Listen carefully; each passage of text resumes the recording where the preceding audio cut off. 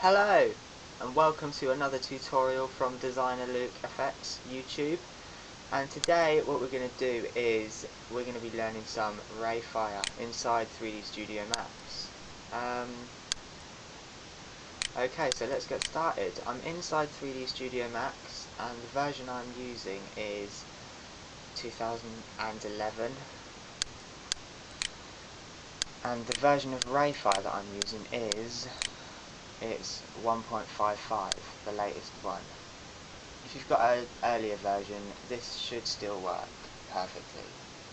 So just follow along, and if you've got any questions, just post them in the comments below, or send me a message, or put a comment on my YouTube channel, and I'll get back to you with the answer, hopefully.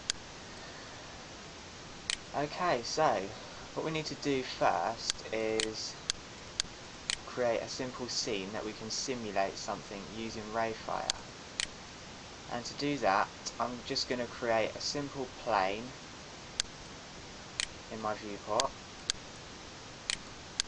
and create a few boxes like this. Just going to shift click to create copies of those. Just going to move them around just to create a bit of randomness. Just going to rotate them a little bit. Okay. Just to give it a bit of variation. Like this. Make sure none of them are touching, otherwise it will just go crazy when you go to simulate it. That looks good. What we need to do now is bring up ray fire. So you can do that by going to your create panel, your geometry here, and then go into this drop down menu and choosing ray fire at the bottom. Once you've got it open, it should look something like this. If you've got an earlier version, it should look a little bit different, but the principles are still the same.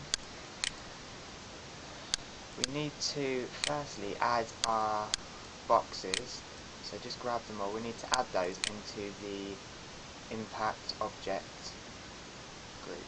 So you can do that by selecting your boxes and just adding them in. You can see we've got them added there.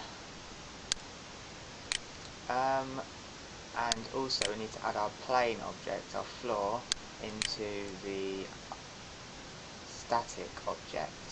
Or if you've got an earlier version, it will say unyielding, so add that in. What this basically does is it makes the plane stay where it is.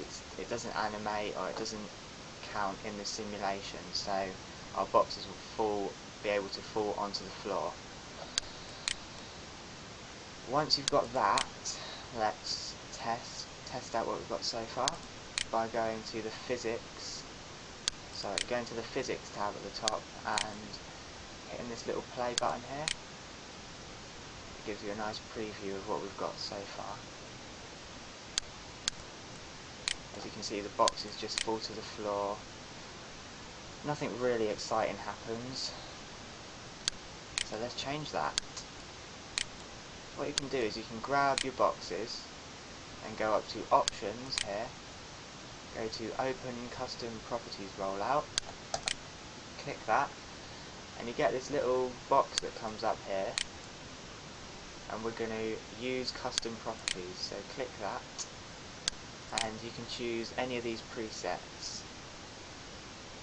I'm just going to choose concrete, and down here where it says demolition properties, what you want to do is lower this solidity value to 0.1, and this basically makes it breakable when it hits the floor when you go to simulate. Okay, once you've done that, we can exit out of this, and we need to enable demolish geometry, and you can do that in the physics tab. I'm just scrolling down to where it says physics demolition properties, and what you want to do is enable demolish geometry. So tick the little checkbox there. And now our boxes, when they fall to the floor, they should break in a really nice dynamic way. So let's see what we've got. So just come up to the top and hit this button here with the circle and the triangle. It's just calculating the break points. You can see when it falls, it breaks really nicely, which is what we wanted. You can go ahead and add your materials to this, so you can just select all the boxes and just add a nice shader, anything you want. I'm just going to do a grey material, and you can just render it out normally. If you add a light as well, just add an omni light into there. It actually looks really nice when you enable the shadows. As you can see, we've got a nice render there, and when you actually render out the animation, it does look really nice, especially if you're using nice soft shadows and ambient occlusion and stuff. So yeah, there we go. I hope this tutorial was helpful. I know it was a bit basic, but hopefully I'll be able to get into the more advanced stuff at a later stage. If you want more tutorials of mine, please subscribe to my channel by hitting the subscribe button.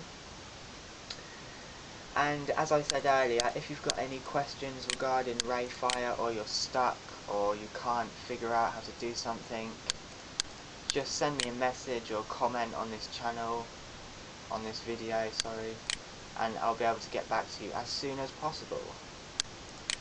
So thanks guys, and stay tuned for more tutorials coming soon.